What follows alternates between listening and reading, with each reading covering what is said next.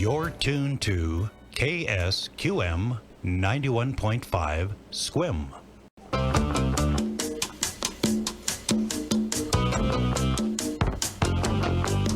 Grab your trowels and hook up your garden hoses. It's time for Gardening with Ciscoe, heard on KSQM through the support of Sunny Farms Farm Store and Nursery. Ciscoe kid was a friend of mine. Ciscoe kid was a friend of mine. And good morning, Ciscoe. How are you today? Hey, Sassy, so nice to talk to you. I'm doing fantastic. Okay, it was cold here in SQM this morning. What's the temperature in Seattle?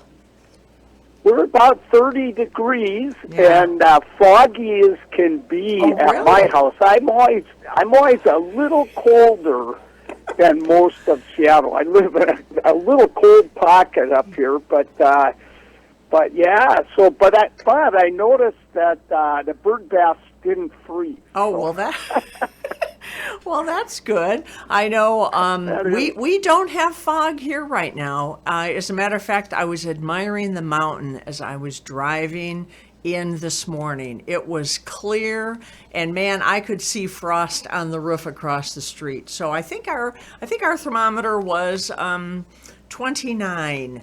Thor looked at me like, "You expect me to go out in that cold? What do you mean, Mom?" I'm with you, Thor. It's too cold out there. But I did want to mention to all of the listeners, if you are living in the SQM area, I drove past the area where the vaccinations are being given, and it looks like the line of cars isn't too long. So if you have not gotten your vaccination, we'll keep you posted on numbers, but right now it looks like you could get in line and get your vaccination today. So I just wanted to mention that at the beginning of the show, if anyone's contemplating it. So I'm getting mine tomorrow. Oh, are so you? I'm really excited. Okay, yeah. My husband and I, we got ours last week. We were lucky. But cool. yeah, it is. Right now, it's 3 minutes for all you people listening. It's 3 minutes past 9. And you are tuned to the Gardening with Ciscoe show, and I am so excited. We have our sponsor for your show, the Sunny Farms Farm Store and Nursery, the biggest little nursery in town.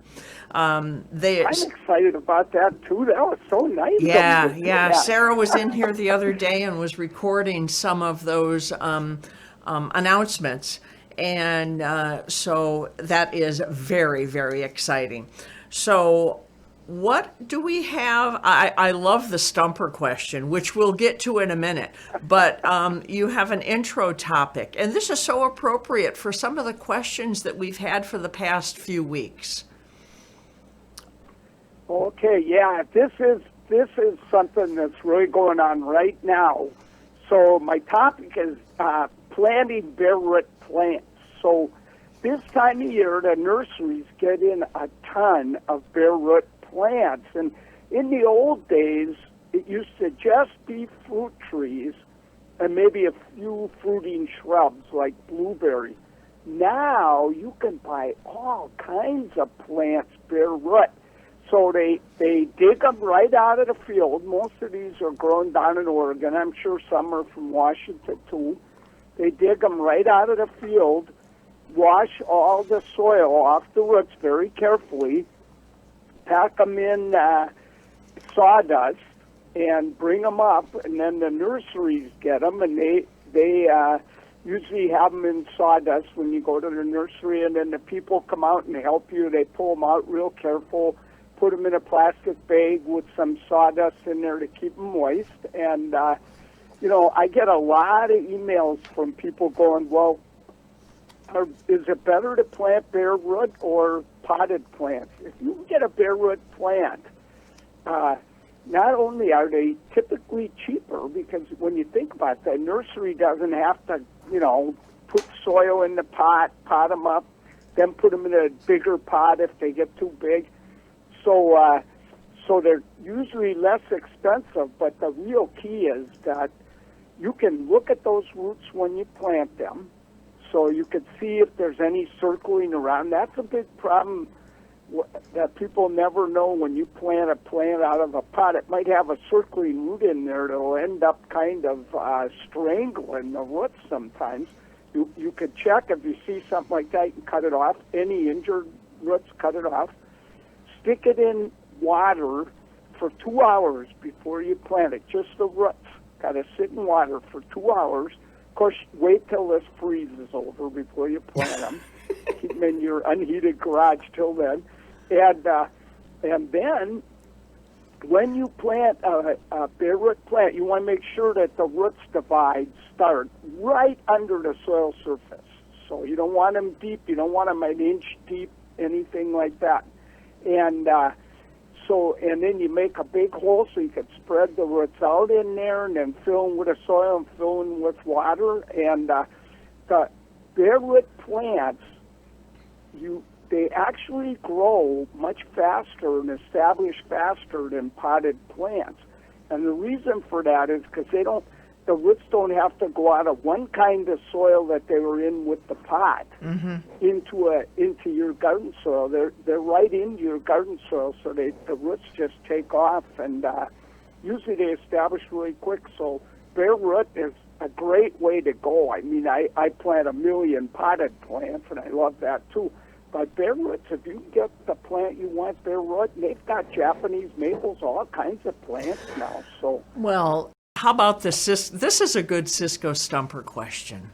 I like this. So what is it for today? okay, no looking this up on the computer, all right? Okay. So, who typically can see colors better, men or women?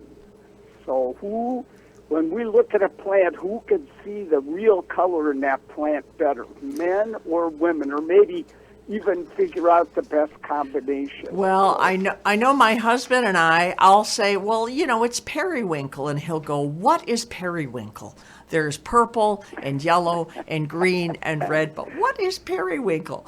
So this will be, for all you listeners out there. Now, I know that I talked to my cousin yesterday in Florida, and he didn't know that I was on the air on Saturday. So, Bill, I hope that you're tuned in. And then my sister in California, she's listening. So I know we have at least 2 people out there listening. So if you have an input... Two plus a lot of other people. Call. Linda is sitting at the phone, so you can call 360-681-0000 or send an email to office@ksqmfm.com and let us know who typically sees colors better, men or women. This will be interesting to see what the response is. Well, this was just handed to me, and so I'm gonna do it first thing. This is Hope from SQM, called just as the show was ending last week. She has a grape ivy that is almost 30 years old and has always done well. Recently, it just seems not to be doing well at all. It used to be very full with lots of leaves, but not so much anymore. She has never fed it or transplanted it because it was always doing so well. Her grape ivy has been in the same 10-inch pot for 40 years. Wow. Wow. Wow, is right. She doesn't want to lose it. Should she transplant it? Should she feed it? And if so, what kind of food? What should she do? Okay, so this is Hope from SQM. I would say having the same plant in a pot for 40 years, a 10-inch pot, is quite amazing. That is so amazing. So I think the plant is kind of having a sit-down strike. It's going, I need some food and I want a new home, So Hope, I think what I would do here is I would just do your best. Now, I hope there are some questions. You haven't moved it to a new spot, I hope, because that could make a lot of difference. If you did, you may want to put it back where it used to be. It misses where its it was home. always doing well. Yeah, that's right. And just try to keep it, don't overwater it, but lift that pot up, and if it feels like it's getting light, give it a light drink of water. All you want to do right now is keep it alive till spring. In spring, it's time to do some wonderful things for your grape ivy. So I would begin by getting a really cool-looking pot with good drainage that is 1 inch bigger than the pot it's in right now. So it can be mainly you just want it 1 inch wider. It can be the same depth. Okay. Then I'm willing to bet what's happened is that it's probably so root bound after 30 or 40 years 40, in the same 40 pot. years in the same 10-inch 40 pot. years. Yeah. Wow. So those roots are probably just packed in there like nobody's ever seen. So when you water that plant, it may look like the water's going in to feed the roots, but what I suspect is happening is the water is riding along on the top of that root ball that it can't even get into, and once a plant gets really root bound, it pulls away a little from the side of the pot. You don't even notice it, but they usually do. And the water's riding down the little space between the roots and the side of the pot and going right out the drain hole. No water's going in at all to the roots. So anytime it feels light right now, give it a drink and then come back and give it another little drink, and that way more water will soak into those roots. And you also could put it in a saucer with some water in it and put the plant in the saucer to let it suck up the water. That's another way you could go. Somehow you got to get water into those roots. In spring, in March, early March, buy that cool pot with good drainage. Get some good potting soil. Ask your nursery what's the best potting soil you got. And but when you repot it, I think what I would do, usually I tell people take your pruner or something and cut those roots. But those may be so packed, you may want to put those in a bucket of warm water and gently tease those roots out of that root ball the best you can. Yeah. Okay. So, just kind of, massage them, try and get them Caress then- them to separate them gently. Yeah, that plant is going to know its love, let me tell you. Talk nice to it when you do this, too. And then repot it in that new pot, put it back in the same spot, and wait about a week, and then fertilize it, I'd say half strength, with a good soluble houseplant fertilizer. There's a lot of them out there. You could ask your nursery what one they like best for houseplants. And I'd say half strength, and do that every month now for the rest of the summer, stopping in the beginning of September.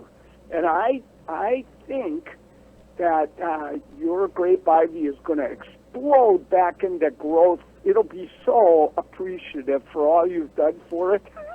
Well, now, It'll be spectacular. Well, now you had mentioned, now she's had it in the same 10-inch pot for 10 years. Now, it seems like you've mentioned earlier on earlier shows that you don't want to put it in a pot that's too big. You only want to increase the pot by an inch or two. Is that true? Yep. Yeah, really only an inch. An inch, okay. Yeah, and the reason for that is, indoor house plants, they don't have, evaporation that you got outside, the wind, the sun, all those different things. So we have to be Mama Nature in the house. And so if we even get one that's 2 inches bigger, the plant can only use up water so fast. And so if we accidentally watered a little too much and the water builds up that soil, the soil stays really saturated, which can happen. A lot of times, it takes a while for the plant to use that water up. And if that happens, you can get a root rot really easy. So we never, now outside, you could take a little house plant and put it in a huge pot. It couldn't care less. It just knows it's outside. Yeah. You're going to have evaporation, everything going on. But inside, it's a whole different story. You got to be careful.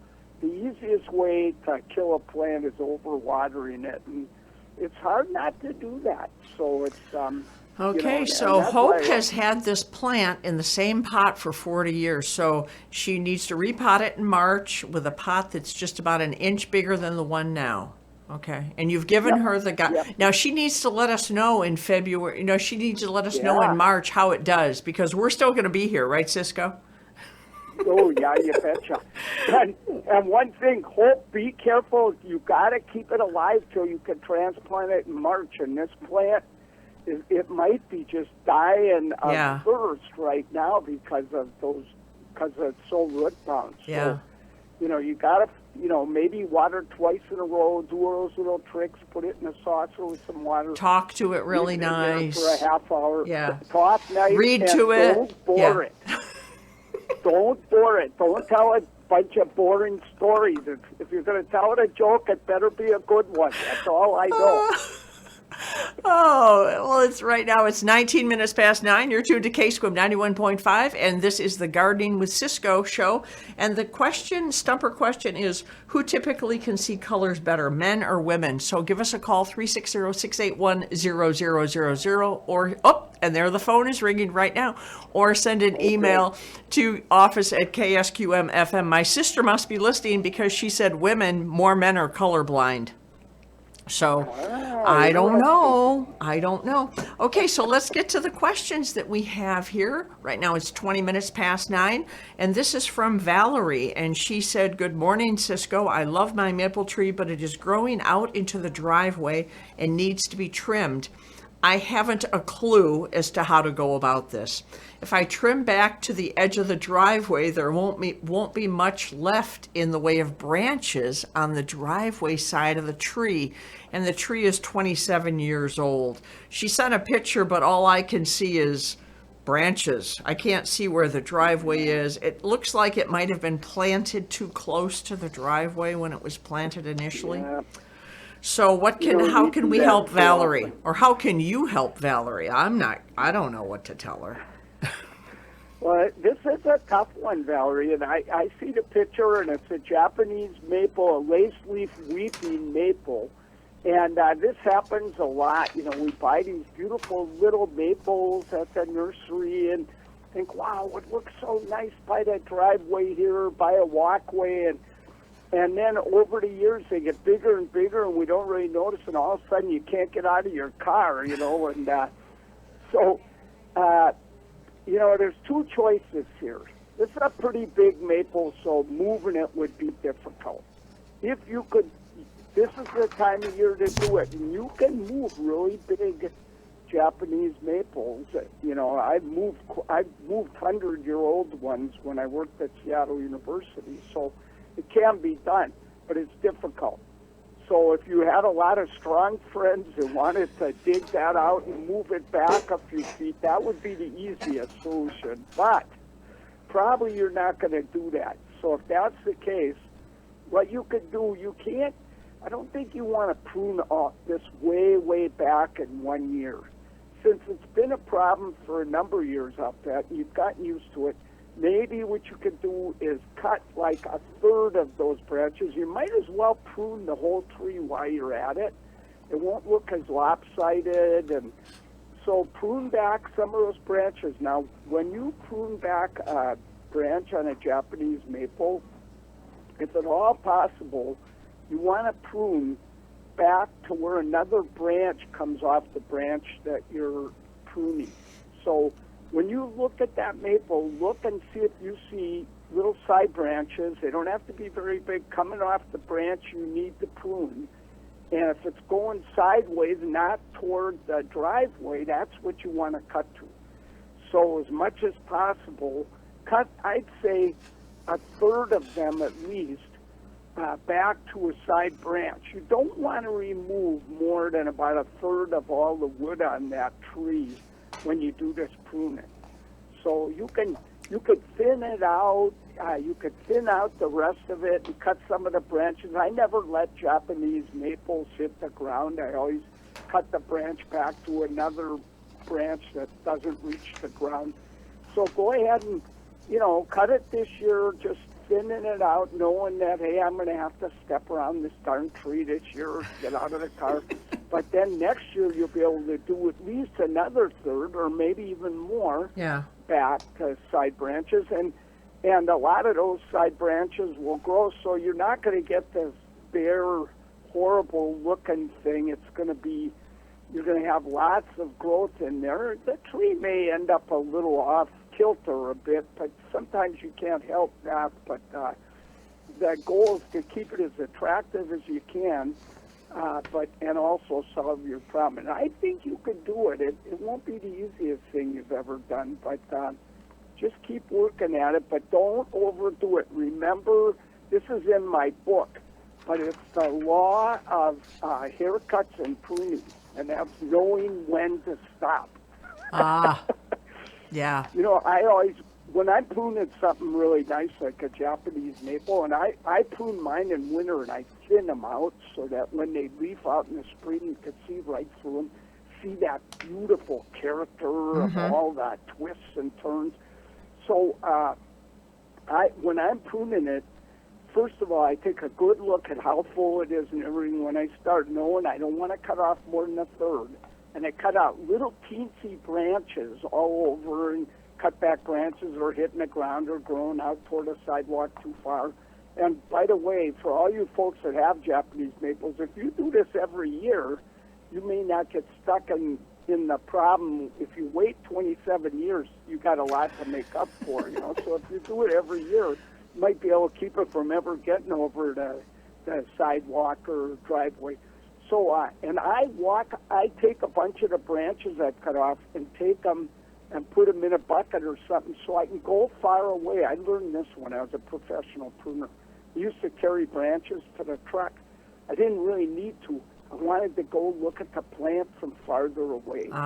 So if you go away, take a look at the plant. You want to look close, you want to look far, and you can see if it's in balance, if it's, you know, out of sync. And boy, I'll tell you, Japanese maples are so beautiful. I know. And if you thin them out, yeah, we have one. It's so pretty. Yep. Well, hopefully that'll help Valerie with her Japanese maple tree. All right, so here is Will and Jean from Texas Valley. Oh, Ciscoe, big fan for many years. Enjoying your show now more than ever. Speaking of ducks and slugs, that was our question last week, wasn't it? Yeah. That's right, yeah. We have a duck pond and we have slugs on the periphery of the property. Still, they seem to do some damage. Is there anything we can do to eliminate these without endangering our ducky friends? Well, that's a really good question. And so the first thing I'll say to Will and Jean is that you don't want to use any of the old kind of slug baits that had, I can't quite remember how you pronounce it, it's like methylate. So it starts with an M.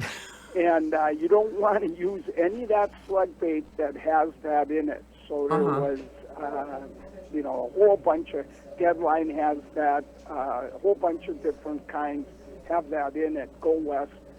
So what you want to do, you want to buy a newer kind of slug bait. Now I'm gonna give two suggestions here. So this is the less safe one, but it's supposed to be totally safe. But you can use something called Sluggo, or Worry Free, or Escargot. Those are three brands, and they use iron phosphate for the main ingredient. And so you don't want to put tons of this stuff out, but you put it around the plants that you notice the slugs are eating. And, you know, around the pond, it's nice and moist. Slugs love that. And there's probably a ton of snails in there, too. So, and what I found with using Sluggo is, by the way, a woman at the Flower and Garden Show a couple of years ago was eating it all day to show how safe it is. As I often say, I haven't seen her since then. She may talk funny, but other than that, so it's pretty darn safe. And as a matter of fact, when it first came out, I got a question on the radio from someone and saying, well, I saw a robin eating some. It's going to kill my birds. And I wrote the company. I think I ended up going all the way to Germany because it was originally made there, I believe. And they got back to me with showing me studies that birds can eat this without being harmed. Now, I wouldn't want them to eat a ton of it. So that's one option. And you could take little stones and put some Ciscoe or something down, get a big board and put a couple of stones and then put a big board on there that there's no way the ducks are going to get under that. The sluggos is under that, and the slugs love damp, dark spots. So they're right under the board and eat it. So that's one way you could do it too. Yeah. And but it doesn't last long. You got to put it down a lot, but not too much.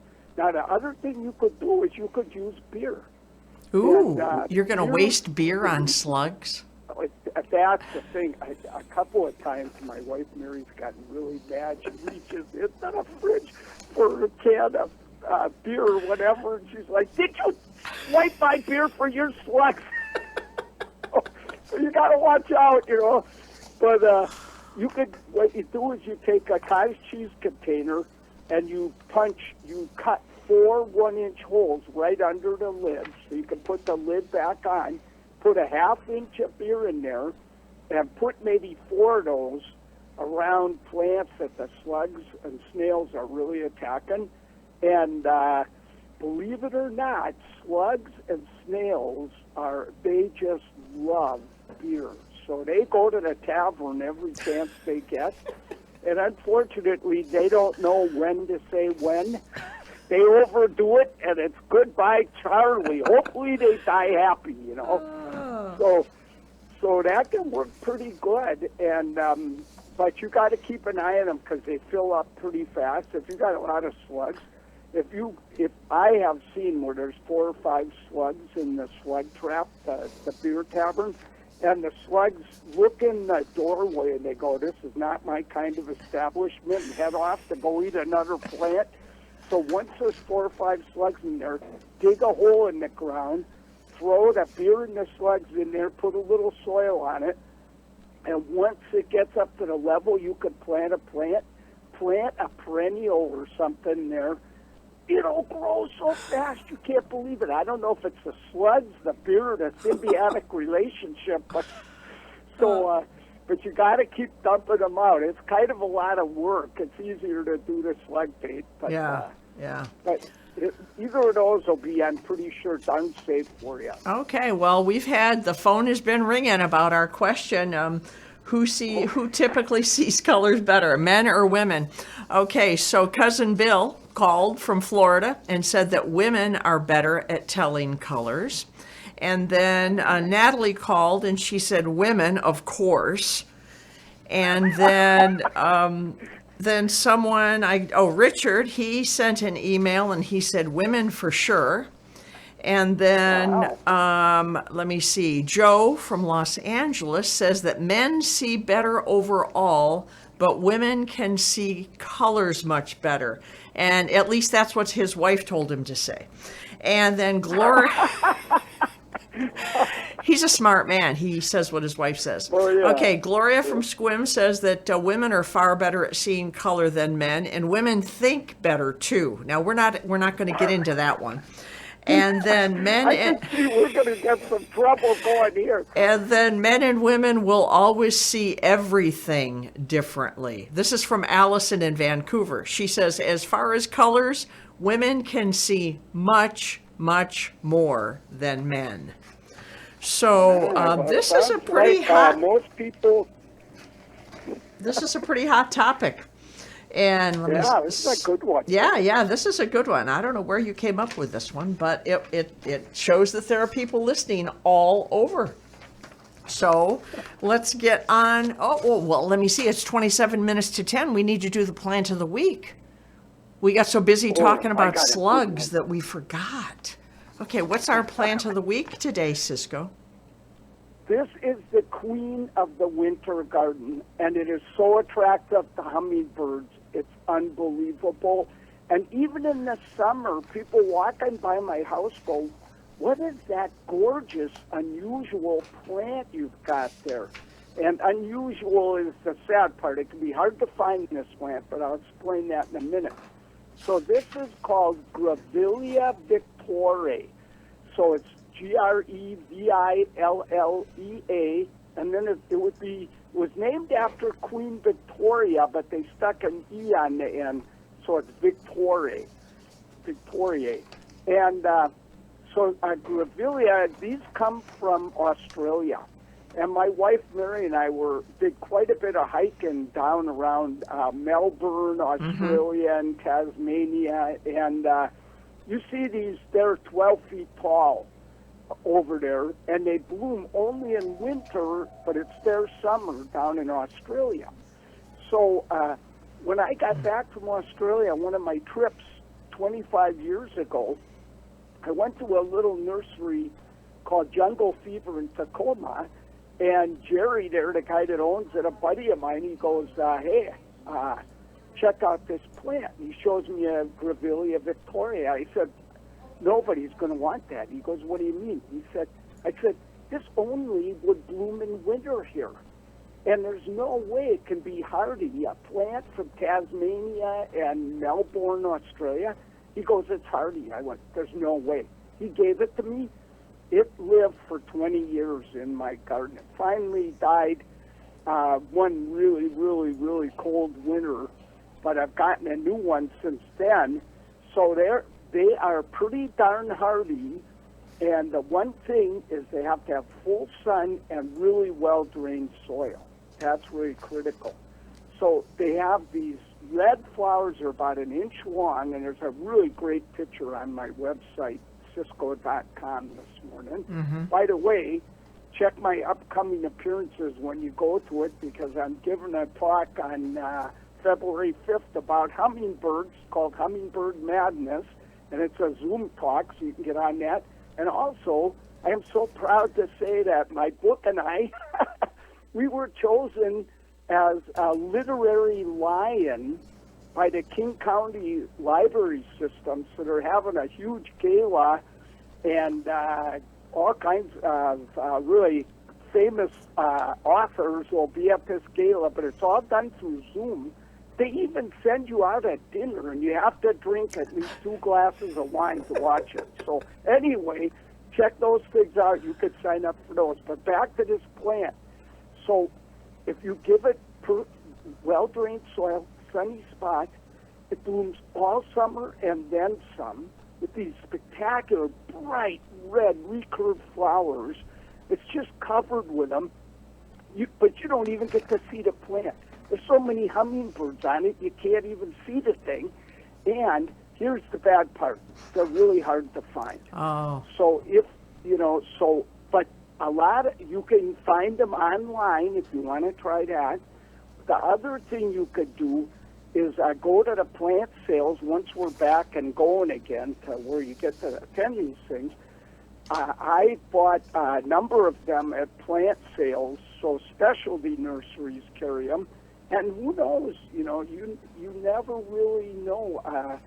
Your local nurseries up there may be able to get this, and if they do, just grab one. So check Sunny Farm Store when you're over there. Yeah. And, this is a famous story. I don't mean to take so long, but I was at a nursery here in Seattle, and whenever I go to a nursery, I get kind of an entourage of people walking with me, asking what I'm buying and everything. People recognize you and they go, I'm going to buy what he's buying. Uh-huh. Yeah. So there were about 12 people walking around in the nursery with me, and I walk into this shade house, and I'm not sure why they had it in the shade house. They had 12 Grevillea victoriae there, and I got all excited. I told the people, you got to get this. It blooms all winter. Hummingbirds can't resist it. In the coldest weather, the blooms stay open, blah, blah, blah, blah, blah. And I'm turning to the crowd, telling them all this. I turned back around. Every one of the Grevilleas was gone. They grabbed every one of them before I could get one. You should have grabbed yours God. first. Yep, I Yep. should have next time for sure. Next so, time. But look for this. Look for this plant. It is so good. If you can get one, sometimes they fall over, but they'll grow straight back up to 6 feet again. They're a big thing, so you got to have room for it. But Okay. boy, is it cool. All right. Well, we've got another call, and Julie from Squim texted that women see color better. So the question is, who sees color better, men or women? So call 360-681-0000 or office at ksqmfm.com. Let me see. All right. Mary from Blaine called. She's listening right now, and she asked about when to prune and fertilize roses. Her roses already have little buds on them. It's been an early spring. I don't know how cold it is in Blaine last night. Should she wait until the more traditional spring season, March, or prune and fertilize now? Definitely wait. Yeah. It's never good to over prune a rose in the fall or winter, because what happens is they die back from the top down. And so if you cut them way down, you could lose it. The other thing is, if you prune that rose right now, we have had such a wonderful mild winter. It's unbelievable. Even now, I put a lot of plants in my unheated garage last night, but already I'm looking at the temperatures aren't going to be that cold coming up for the next week.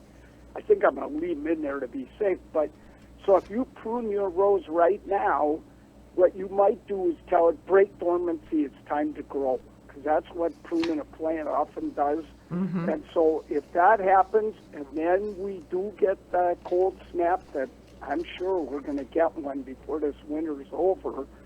I hope we don't, but we could. That could kill your rose. Yeah. Because it would let its defenses go. So wait till spring. Now, I used to say never prune your rose till March 1st. But now I'm getting like everybody else. I'm going, okay, if the weather report says it's not going to get too cold and temperatures are good, okay, do it President's Day. You'll get your roses earlier. But just remember, you are taking a risk when you do that, because sometimes in early March we can get hammered with some pretty cold weather. So, Yeah. And I fertilize my roses with two things. I use alfalfa meal. Alfalfa meal doesn't have much nutrition, really. It's got some, but it doesn't have much. But it's got all these hormones and growth regulators and other ingredients that tell your rose, bloom, you fool, bloom. And boy, did they bloom. And so I mix that. I use 2 cups per average size tea rose. And then I mix in the amount recommended on the fertilizer bag, and I always use organic rose food or organic, you could use tomato food, it doesn't matter, basically the same thing. But either of those, and use the amount, mix those two together, work them into the ground, and I put that down every 6 weeks on my roses all summer long, starting in the first week of March. Okay. Well, we have, I was just looking at some of the other questions, and that was a question about pruning roses. We have a couple of other questions that we can talk about for pruning, and then I need to do the weather. Someone called in and wanted to know when he or she should prune their cherry tree, and how much should I prune? And then someone else, everyone's thinking about pruning. They've been listening to you. And then they want to know, Mary wants to know about when do you prune a fig tree? So cherry trees and fig trees. Can you answer that? Sure. So cherry trees, you don't want to overdo it, no more than a third. And you don't want to just lower the thing drastically, but if you're pruning, if you start when it's young and prune every year, and you buy, if it were me and I was buying a cherry tree, it would be a dwarf. Mm-hmm. Because they won't get over 7 or 8 feet tall. Semi-dwarf can easily get 15 to 20 feet, and if you don't keep them pruned, they can get 25 feet, and a regular-sized cherry, they can be 30, 40 feet. So if you've got a young cherry and you're trying to prune it, what you could do is figure out how tall do I want this thing to be, and cut the top to that height, and then thin out branches, any branches that are crossing another one, take the one that's the least desirable out, any branches that are going off in an odd angle, and then thin it out. So take out, they always grow a lot of those little shoots inside, take those out, and, so thin it out and remove about a third of the wood, and you could do that right now in winter is the best time. Oh, wait. I take that back. You don't want to do that until growth starts in spring. And for the New cherry research. for the cherry tree? Yeah, for the cherry. Okay. Yep, because research has found that some diseases can get in when we prune in the winter. We used to always prune them in the winter, but now they're recommended wait till growth starts in the spring, do it right then. Okay, so is that for both the cherry tree and the fig tree? No, with a fig tree, you want to prune that right now. Okay. And so with that, it's sort of the same. I mean, you can lower a fig. You could cut them till 6 inches from the ground, and they'll grow back so fast you won't believe it. But the thing is that figs, the fruit, actually comes out in the fall. So if you look really hard at your fig tree, you're going to see little figs on the branches right now. Oh. And that's one of the problems with fig trees. Some years nobody gets any figs if we get an Arctic freeze that goes down into single digits. It kills all those little figs. But that's rare, of course. So just be aware that you got a lot of figs out there. Don't be knocking them all off when you're pruning it or anything. And just decide what height you want it to be, and you could cut it right to that height, and you don't have to be so careful cutting a fig. You cut right through the middle of the branch, whatever you want, and it'll send out new branches right from there. But of course, you want to keep it as attractive as you can, and I think they're neat looking plants. And then just you don't really need to thin a fig out too much, but if any ugly branches, cut those off, and maybe, if it's just so crowded you can't stand it, cut off some of those. But remember, every branch and every bit you lower, you're taking some figs off. But if you've got a well-producing fig, you're going to have 1 billion figs still on there. So you don't have to be too careful. You can whack away at a fig, and you'll still have a great harvest. Okay. Well, right now it's 14 minutes to 10. Right now you're listening to KSQM 91.5. This is Gardening with Ciscoe, and this show is sponsored by Sunny Farms Farm Store and Nursery, the biggest little nursery in town. But if it's 1:45, that means it's time for the weather. Okay, let's hear from Shirley. Shirley sent in a question. Can trumpet plants be grown successfully outside in Seattle?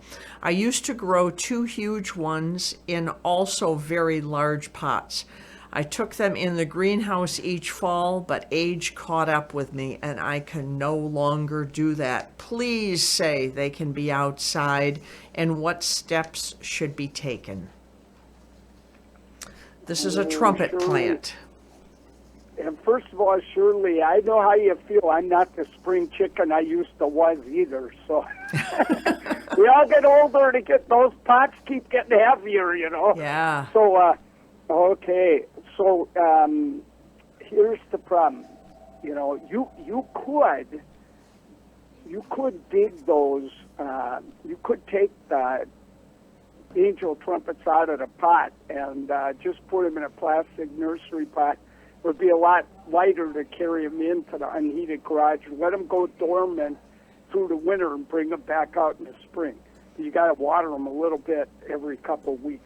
But so in answer to your question, no, probably you cannot leave angel trumpets. They're called brugmansias. They're these wonderful plants, big shrubs that come from South America, and they have big, long trumpet flowers that hang down that are unbelievably fragrant in the evening. They're just amazing.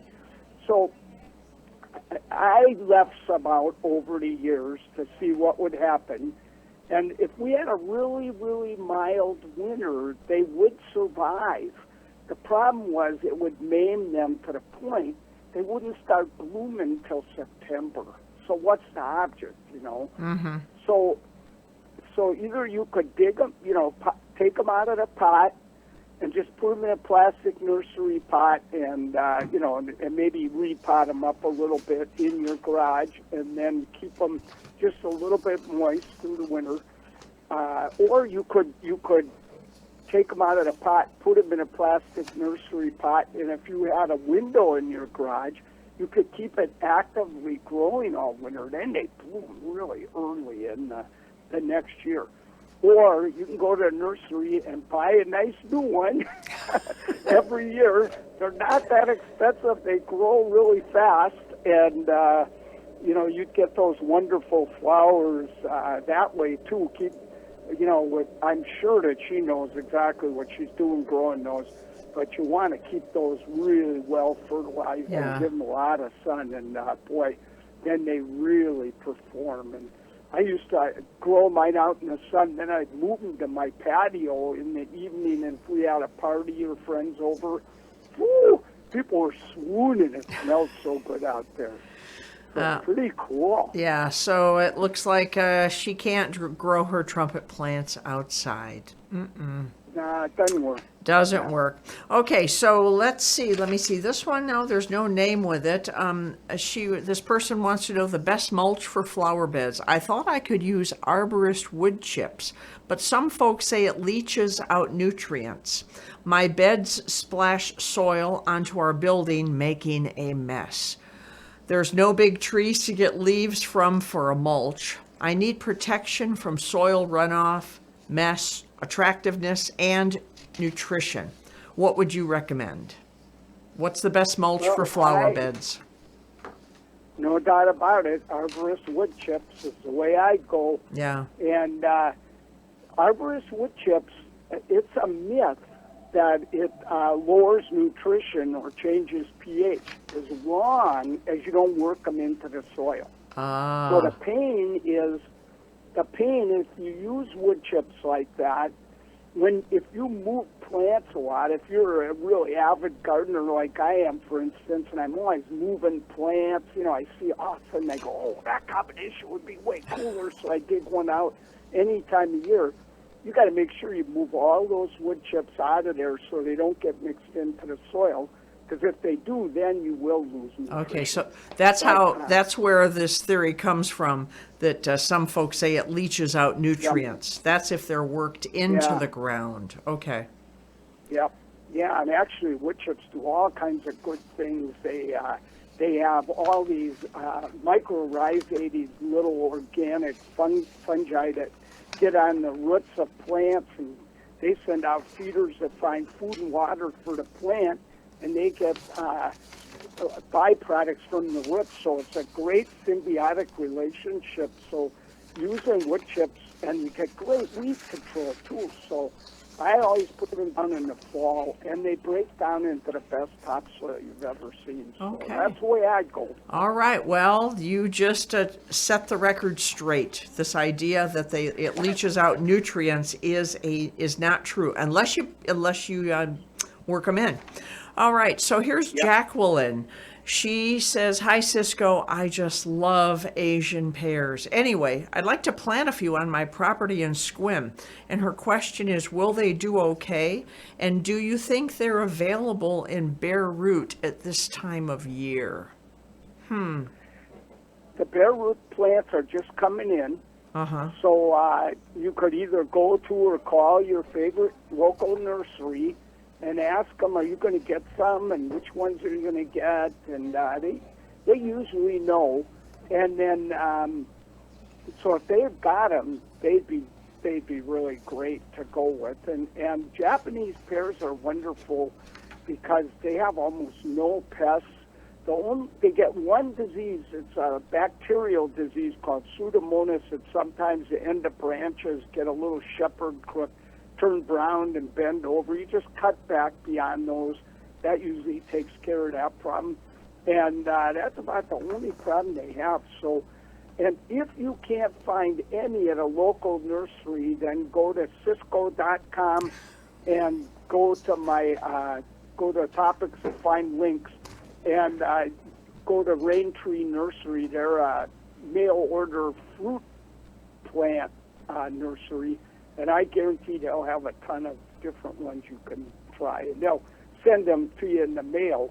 And Yeah. you don't want to wait too long, because you always want to plant bare root before the plants start to grow. Once they start to grow, it's kind of tricky dealing with bare root. Yeah, I remember my introduction to Asian pears was when I was in Korea, interestingly enough. I had never had an Asian pear before. So they are delicious.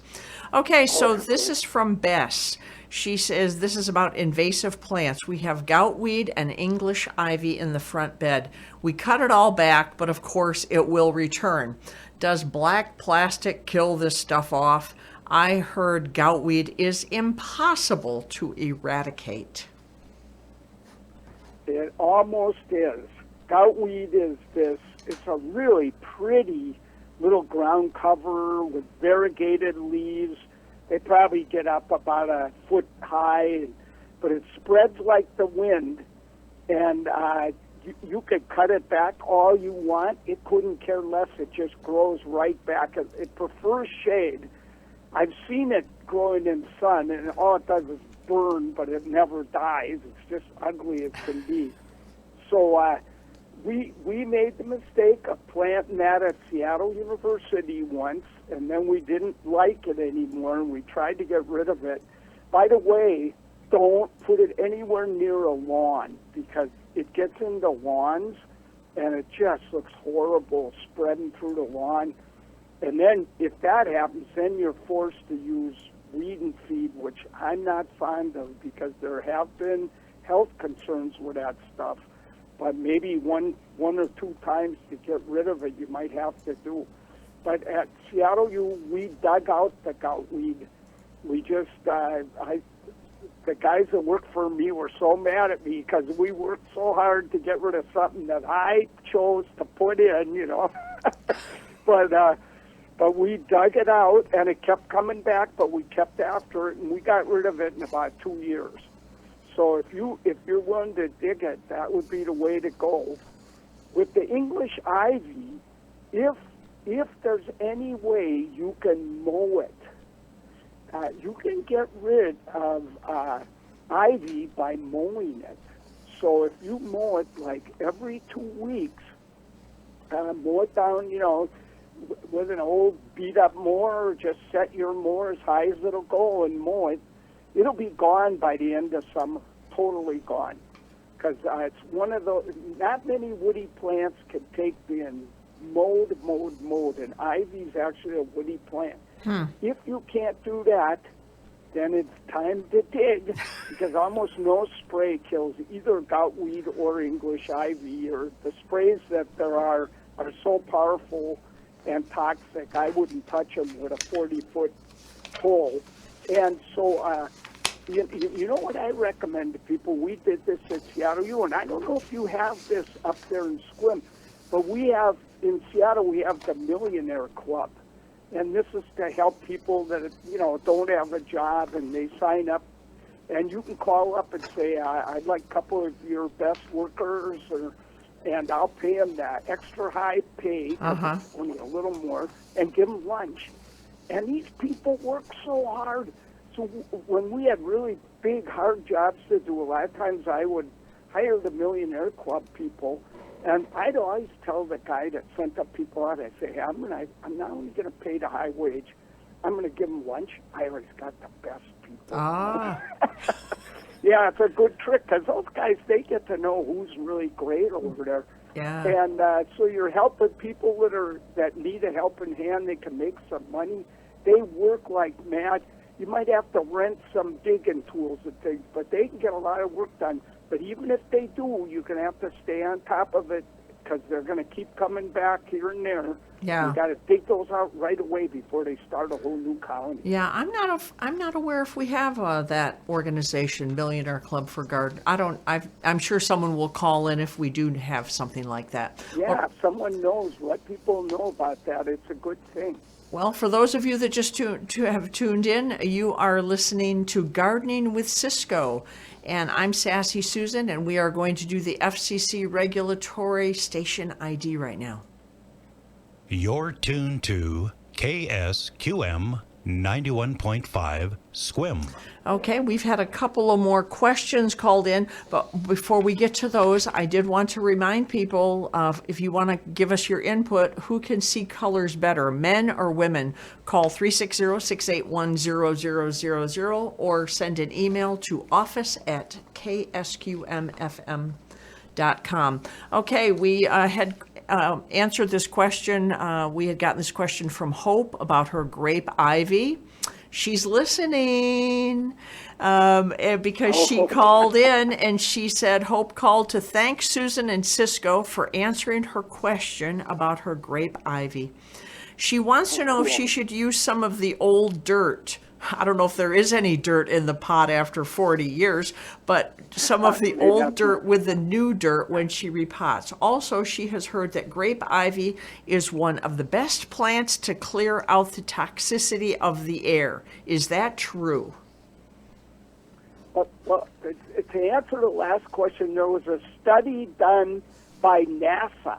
There was a doctor, a scientist that worked at NASA, and they were trying to figure out ways to keep the air really clean in like the space station and in spaceships and things.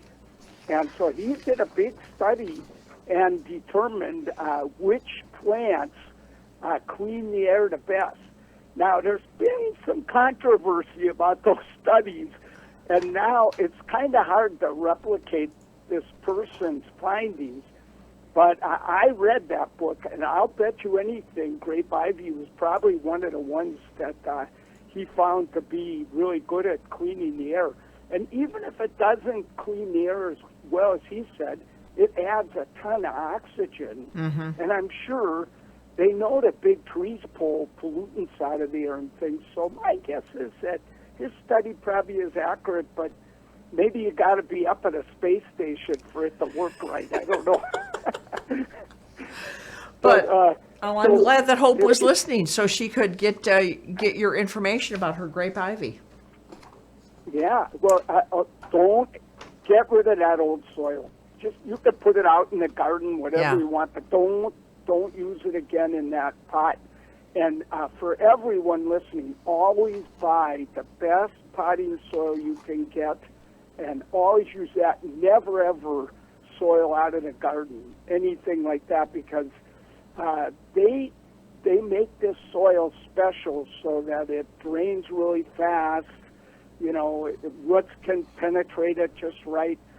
The stuff out in the garden is great soil and everything, but it just doesn't work well around potted plants. Holds too much moisture, can pack down a lot of problems. So yeah, get rid of that old soil. Go buy some really great new stuff. After 40 years, your plant deserves the best, right? Yeah, that's right. Okay, so Lois, she sent in an email this morning. She lives in Sequim, and she said that she has a really neat trick for keeping deer from her plants. She glues two CDs together, the ugly side on the inside, so that means the reflective side is outside, and hangs them from her shrubbery with a ribbon. She has noticed that the deer will not go near the shrubs with the CDs, while they will still go after the ones without the CDs. She thinks the shiny movement scares the deer away. She doesn't say what kind of CDs, if it has to be jazz or country or whatever, but so well, that... You know, it's interesting because people do that to keep birds from eating their cherries. Uh-huh. And that's a big one. Also, you could buy bird tape, and you twist it, and it's reflective tape, and it in the wind it kind of twirls around, and it does the same thing. You get that flashes of light that scare animals. Unfortunately, studies have shown it only works for a really short while. They get used So to when it, you huh? first- they get used to it. Yeah. And pretty quick, they figure it out. And if they're hungry and that plant looks really tasty, they'll probably eat the CD at the same time, you know. Oh, okay. Well, right now it's 5 minutes past 10. You're tuned to KSQM 91.5. This is Gardening with Ciscoe, and this show is sponsored by Sunny Farms Farm Store and Nursery, the biggest little nursery in town. Okay, this is from Paula. She lives in the beautiful city of Mukilteo, and the moles are invading my yard, and I have tried many natural remedies, but nothing works. I wonder if she's used your magical remedy. She doesn't say. Yeah, maybe she probably hasn't heard about the method that I recommend the most, which is mole blaster. So 2 handfuls of supple mint stems and mint leaves into the blender with a little water to make a slurry, into the big soup pan, half full of water, get it to a boil, simmer for 30 minutes, and you can dilute that to make 6 gallons of mole blaster, and then you put that in your watering can, stick it right in the mole hole where you see them, and anywhere you see moles working or see their trails, you go ahead and squirt it on there, heavy. And most of the time, people send me emails who try it and say that the moles do pack up their bags and move to the next door neighbor's yard. The problem is if you're a good gardener, you have lots of worms and things in your soil. That's what they're after. They don't eat plants. And so they're going to want to come back, so you have to be persistent. I always keep a little extra. They come to my house from a golf course that's a block away from where I live, is Sandpoint Golf Course. And I could see right where they come along the sidewalk. They come a whole block, and they love my garden, of course. We did not have any moles for years, and now all of a sudden, all of a sudden they have moved in, and it is like, wow. They're a pain they're a real pain in the kazutski, to say the least. One big tip I give people is never stamp the mole hole back into the ground, the little mound. Instead, rake it out. It'll be good for your lawn to rake that soil out onto the lawn, and they'll never push that up again if you do that. So sooner or later, they'll quit making hills. You'll still have moles zooming around under there. But you're just not going to know where they are. You're not going to know where they are. They don't drive you quite as crazy. Okay, well, right now it's 8 minutes past 10. We have a couple of more questions. I think we can finish up. Hi, Ciscoe. The bats seem to have gone into hibernation. At last, we can now sleep at night, the darn things.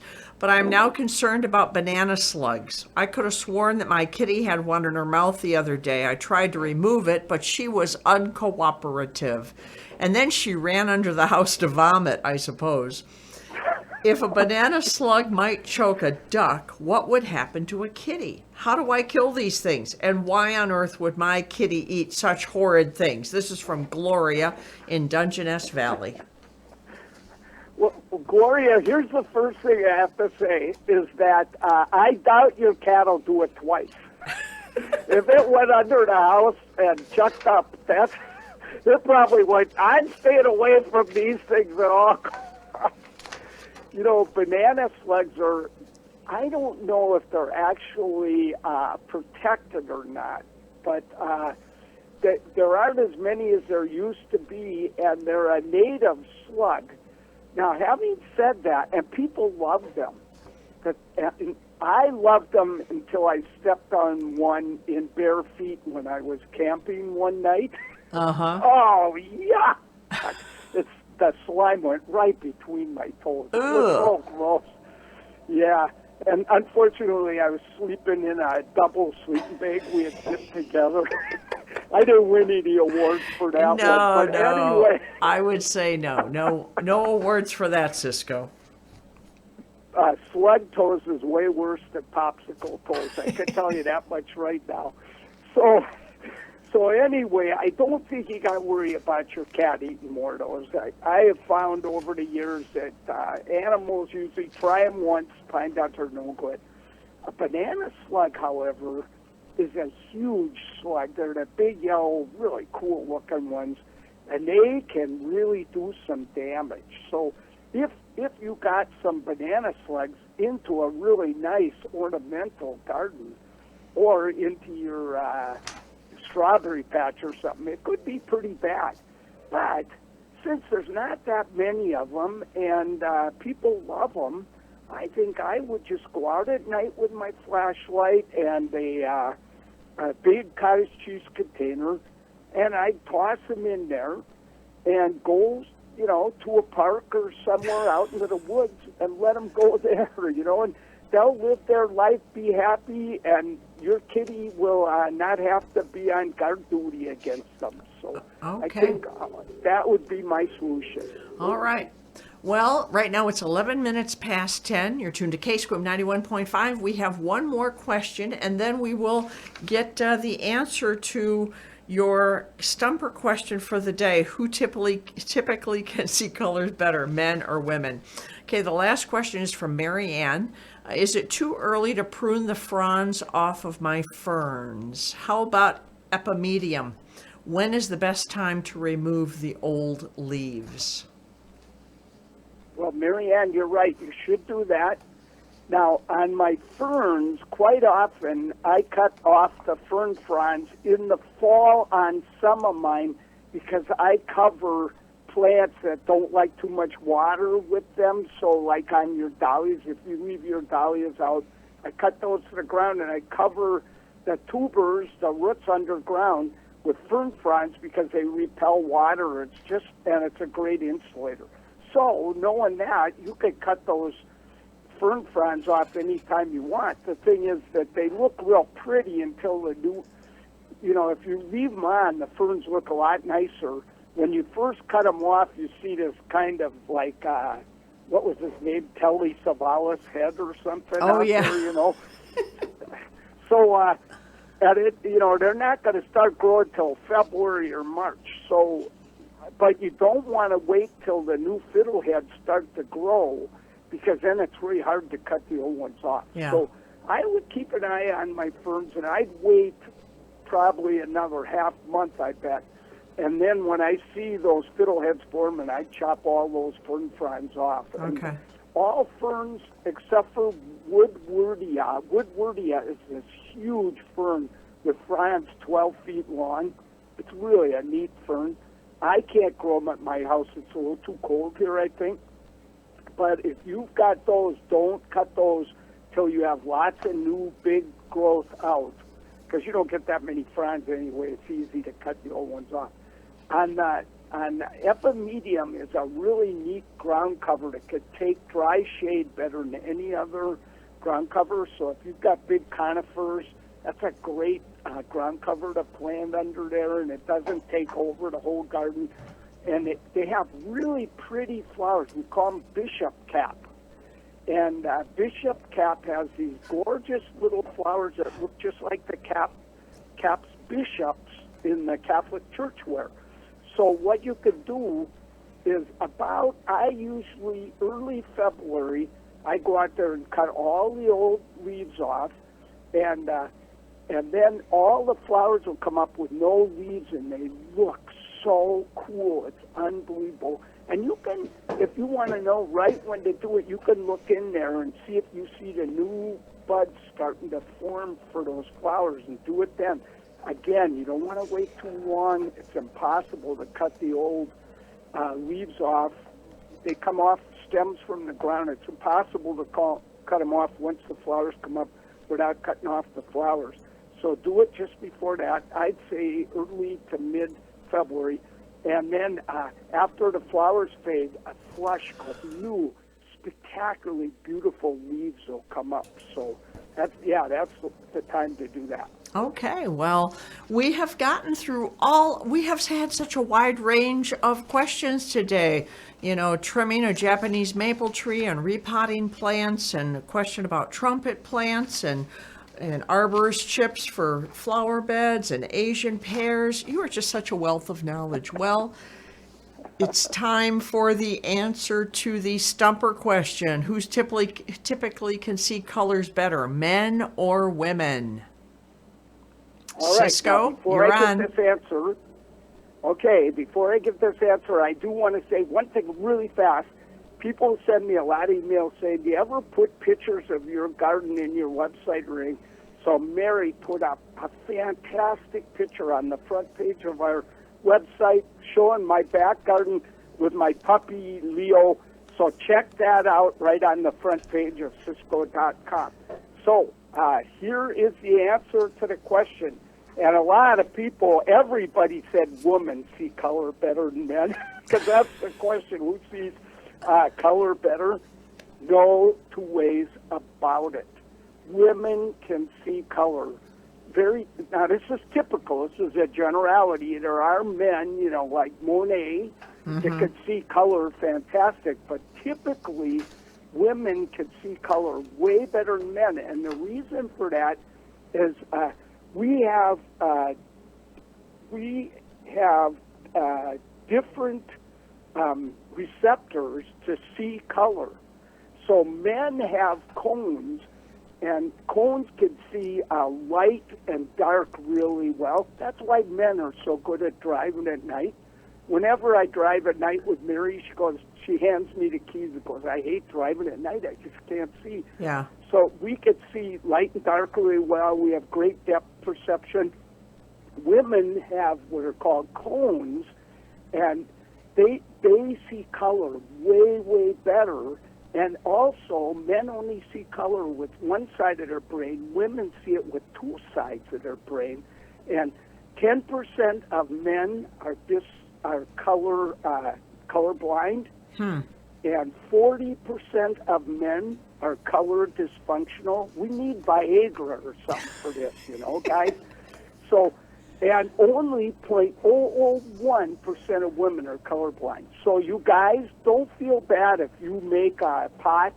You make a pot with all kinds of colored plants, and people that walk by scream the top of their lungs and go running away.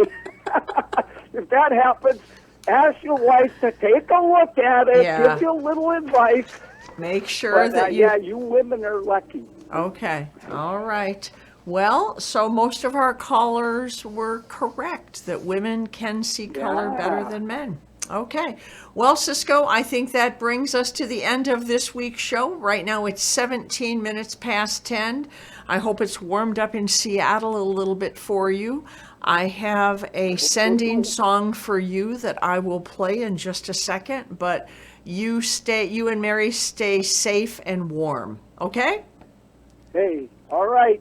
Okay, we'll see you, Ciscoe. So fun to be on with you. Okay. Bye-bye. All right. Gardening with Ciscoe is heard on KSQM through the support of Sunny Farms Store and Nursery, offering a variety of plants, trees, annuals, perennials, and indoor plants. Sunny Farms Farm Store and Nursery also features tools, organic fertilizer, pest control, potting soil, and a selection of organic livestock feed and pet food.